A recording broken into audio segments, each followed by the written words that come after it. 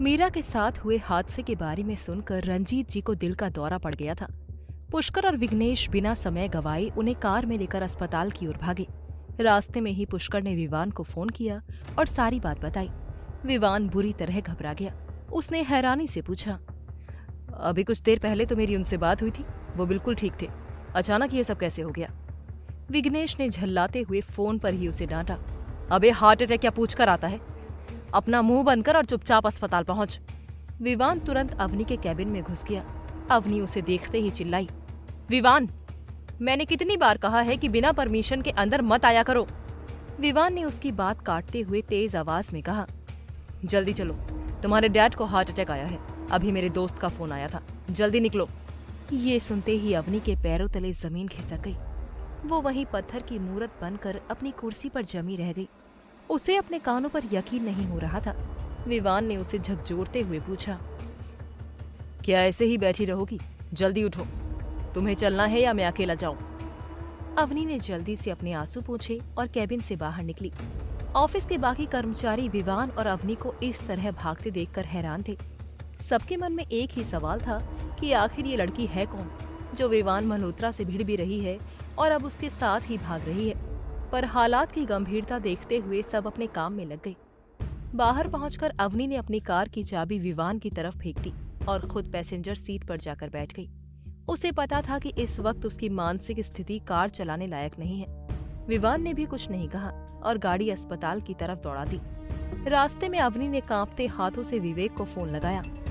विवेक ने फोन उठाते ही उखड़े हुए लहजे में कहा, अभी तो चिल्लाकर फोन रखा था, अब फिर क्यों फोन किया है? अवनी ने टूटी हुई आवाज में कहा, विवेक, डैड को हार्ट अटैक आया है। विवेक का लहजा तुरंत बदल गया। क्या कह रही हो? मैं अभी निकल रहा हूँ, तुम हिम्मत मत हारना, उन्हें कुछ नहीं होगा, समझी? अवनी ने बस सिसकते हुए हामी भरी। विवान ने गौर किया कि फोन पर बात करते हुए अवनी की आंखों में आंसू थे, लेकिन फिर भी उसके चेहरे पर एक अजीब सा सख्तपन था। विवान ने मन ही मन सोचा, अपने आदमी से बात कर रही है, आंखों में आंसू हैं, फिर भी कितनी अकड़ है इसमें। तभी उसके अंतर्मन ने उसे टोका, विवान, उसे देखना छोड़ और सड़क पर ध्यान दे। उसने तुरंत अपनी नजरें सामने टिका ली। तभी अवनी ने विवेक से फोन पर कहा, मैं जाकर देखती हूँ कि क्या बात है, फिर तुम्हें कॉल करती हूँ। बस तुम्हारा साथ चाहिए था, इसलिए फोन किया। विवेक ने फिक्र जताते हुए कहा, अवनी तुम ठीक हो ना? तुम खुद ड्राइव मत करना, ड्राइवर को बोलना। अवनी ने ड्राइविंग सीट पर बैठे विवान की ओर देखा और विवेक से कहा, ड्राइवर ही चला रहा है, मेरा पीए। विवेक चिढ़ गया, क्यों खुद को टॉर्चर कर रही हो? उसके साथ जाने की क्या जरूरत थी? मैं अभी वहां आ रहा हूँ। अवनी ने भारी आवाज में कहा, मैंने तुम्हें बस इन्फॉर्म करने के लिए कॉल किया था, मैं हॉस्पिटल पहुंचकर बात करती हूँ। उसने फोन काट दिया। अवनी के लिए इस वक्त विवेक ही उसका एकमात्र सहारा था। विवेक ने आधे घंटे का रास्ता महज 15 मिनट में तय कर दिया। जैसे ही कार अस्पताल रुकी, अवनी दौड़कर अंदर गई। बाहर विघ्नेश, पुष्कर और कृष्णा खड़े थे। अवनी ने हांफते हुए विघ्नेश से पूछा, डॉक्टर ने क्या कहा? उन्हें तो कोई बीमारी नहीं थी, सुबह तक तो वो बिल्कुल ठीक थे, फिर अचानक ये सब कैसे? विघ्नेश ने कृष्णा की तरफ गुस्से से देखते हुए कहा, ये सब इस कृष्णा की वजह से हुआ है। इसे मीरा के बारे में सब अभी बताना था, बता दिया और मामा को बेड पर पहुंचा दिया। कृष्णा ने मासूमियत से सफाई दी, कभी ना कभी तो उन्हें पता चलना ही था ना, तो मैंने बता दिया, इसमें मेरी क्या गलती है? विघ्नेश और कृष्णा आपस में उलझने लगे। उनकी बहस सुनकर अवनी ने अपने कान बंद कर लिए और जोर से चिल्लाई, स्टॉप इट। फिर उसने कृष्णा की तरफ मुड़कर पूछा, कृष्णा, तुमने मीरा दीदी के बारे में ऐसा क्या कह दिया? विघ्नेश ने बात संभालने की कोशिश की, अरे कुछ नहीं, बस उनकी तबीयत थोड़ी खराब है और वो अपने दोस्त के साथ बाहर गई है, बस यही बताया था। अवनी को शक हुआ, ये तो मामूली बात है, इसके लिए पापा को हार्ट अटैक क्यों आएगा? विघ्नेश ने मन ही मन सोचा, मैं अक्सर भूल जाता हूँ कि ये वो पुरानी सीधी साधी अवनी नहीं है। उसने हार मानकर अवनी को सारा सच संक्षेप में बता दिया। सच सुनकर अवनी अंदर से टूट गई, लेकिन बाहर से खुद को संभालते हुए कड़क आवाज में पूछा, वो घटिया लोग कहाँ हैं अब? विघ्नेश ने कहा, शायद नर्क में तेल की कड़ाही में तल रहे होंगे। अवनी ने उसे हैरानी से देखा तो विघ्नेश बोला, क्या तुम्हें लगता है कि हम उन्हें जिंदा छोड़ देते? उन्हें तो बहुत पहले ही यमराज के पास भेज दिया गया है। अवनी ने ऐसे पूछा जैसे वो किसी ट्रिप पर गए हों। एक को भी नहीं छोड़ा। विघ्नेश ने तसल्ली दी, सब के सब साफ। फिर अवनी ने कहा, पुष्कर, मुझे उस अभिषेक का नंबर सेंड करो। संयोग से उसी वक्त अभिषेक का फोन पुष्कर के मोबाइल पर आया। पुष्कर ने फोन उठाते ही लाउड स्पीकर ऑन कर दिया और अवनी की तरफ बढ़ाते हुए कहा, लो, उसी का फोन है, तुम खुद बात कर लो। दूसरी तरफ से अभिषेक झुंझलाते हुए बोला, भाई पुष्कर, मुझसे ये मीरा अब और नहीं संभल रही, तुम लोग आकर इसे ले जाओ वरना ये मुझे मार डालेगी। अवनी ने फोन झपटकर गुस्से में कहा, आप बस एड्रेस बताइए, मैं अपनी दीदी को लेने आ रही हूँ, आपको इतना कष्ट उठाने की कोई जरूरत नहीं है। अभिषेक एक पल के लिए सन्न रह गया। उसने सोचा, ये नई आतिशबाजी कौन है? उसने पूछा, ये पुष्कर का ही नंबर है ना? उसने चेक किया तो नाम उसी का था। अवनी ने दोबारा कड़ाई से कहा, आप बस पता भेजिए। अभिषेक ने सीधा सवाल किया, पर तुम हो कौन? अवनी ने जवाब दिया, तान्या, मीरा की बहन। अभिषेक का सिर चकरा गया। उसे लगा जैसे चींटियों के बिल से एक एक करके नए किरदार बाहर निकल रहे हैं। उसने कहा, मैं एड्रेस भेज देता हूँ। वैसे विघ्नेश और पुष्कर को पता है कि मैं कहाँ हूँ। और देखो, मैं भी सीबीआई में हूँ, कोई सड़क छाप गुंडा नहीं, थोड़ी इज्जत से। अवनी ने उसकी बात काट दी। आपने मेरी दीदी को बचाया, सिर्फ उसके लिए मैं आपको इज्जत दे सकती हूँ, बाकी आपकी वर्दी के लिए मेरे पास कोई इज्जत नहीं है। इतना कहकर उसने फोन पुष्कर को थमाया और खुद फ्रेश होने के लिए वॉशरूम चली गई। अभिषेक ने पुष्कर से पूछा, ये नया कैरेक्टर कौन था भाई? तुम लोग वहां मजे कर रहे हो और मैं यहाँ अकेला खप रहा हूँ। पुष्कर ने दुखी होकर कहा, मजे? भाई हम अस्पताल में हैं। फिर पुष्कर ने अभिषेक को रंजीत जी के बारे में सब कुछ विस्तार से बताया। अभिषेक ने फिक्र जताते हुए कहा, अगर मीरा को ये पता चला तो वो बहुत चिल्लाएगी। पुष्कर ने जवाब दिया, उसकी फिक्र मत कर, मामा ठीक हो जाएंगे। अगर कुछ गंभीर होता तो आशिका अब तक बाहर आ गई होती। अगर वो सीरियस होते तो वो खुद उनका इलाज नहीं कर पाती। लो, वो बाहर ही आ रही है, मैं पूछ कर बताता हूँ। तभी आशिका बाहर आई और बोली, डरने की कोई बात नहीं है, उन्हें बस हल्का सा दर्द उठा था। फिर उसकी नजर विवान पर पड़ी। विवान एक कोने में खामोश खड़ा सबको देख रहा था, जैसे किसी गहरी सोच में हो। विघ्नेश ने विवान के पास जाकर पूछा, तू कब आया? विवान ने उसे कोई जवाब नहीं दिया और सीधा आशिका की ओर मुड़ा। तुम बताओ, वो कैसे हैं? आशिका ने कहा, उन्हें बस मामूली सा दर्द था। असल में अपनी दोस्त की बेटी को इतने साल तक अकेला छोड़ देने का जो पछतावा है, ये उसी का नतीजा है। मैंने दिल की जांच कर ली है, कोई ब्लॉकेज नहीं है, वो अब बिल्कुल ठीक है। ये सुनकर सबकी जान में जान आई। विवान ने आशिका से धीरे से कहा, वो मैडम अकेले वॉशरूम गई हैं। उन्हें लगा होगा कि यहाँ रोएंगी तो हम मजाक उड़ाएंगे, इसलिए शायद वहां जाकर रो रही होंगी। जरा जाकर देख लो कि वो ठीक तो है ना।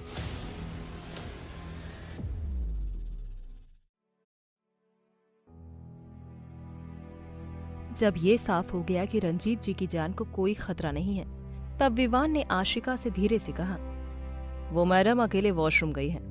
उन्हें लगा होगा कि यहाँ सबके सामने रोएंगी तो हम मजाक उड़ाएंगे, इसलिए शायद वहां जाकर छिप कर रो रही होंगी। जरा जाकर देख लो कि वो ठीक तो है ना। विवान की ये बात सुनकर पुष्कर ने विघ्नेश के कान में फुसफुसाते हुए पूछा, क्या बात है भाई, ये आजकल उस पर इतना ध्यान क्यों दे रहा है? विघ्नेश ने भी हैरानी जताते हुए जवाब दिया, यही तो मुझे भी समझ नहीं आ रहा। अवनी के जाने की वजह इसकी शराब की लत थी, ये जानकर इसने पूरी तरह पीना छोड़ दिया। तभी उन दोनों के पीछे खड़े कृष्णा ने बीच में टोकते हुए पूछा, तो फिर ये रैमो वाला खतरनाक रूप कब दिखाएगा? विघ्नेश ने विवान की ओर देखते हुए कहा, मुझे लगता है बहुत जल्द ही उसका वो रूप भी सामने आएगा। दूसरी तरफ पुणे में विष्णु अस्पताल के एक कमरे में दाखिल हुआ और मुस्कुराते हुए एक मरीज से मिला।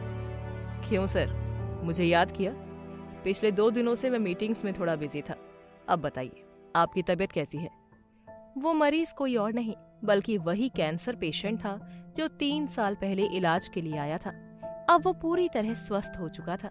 सीता और उसकी टीम की कड़ी मेहनत, सही रेडिएशंस और देखभाल ने उसे मौत के मुंह से बाहर निकाल लिया था। मरीज ने हाथ जोड़कर कहा, बहुत बहुत शुक्रिया सर। यहाँ के बाकी डॉक्टरों ने तो कह दिया था कि मैं नहीं बचूंगा, पर आपकी टीम ने करिश्मा कर दिखाया।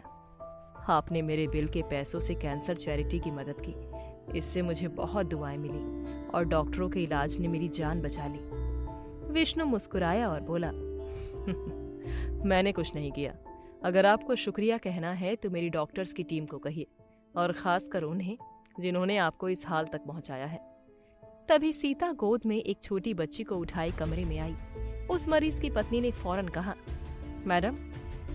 मैडम इतनी बड़ी बच्ची को क्यों उठाया है? मुझे दे दीजिए, आप थक जाएंगी।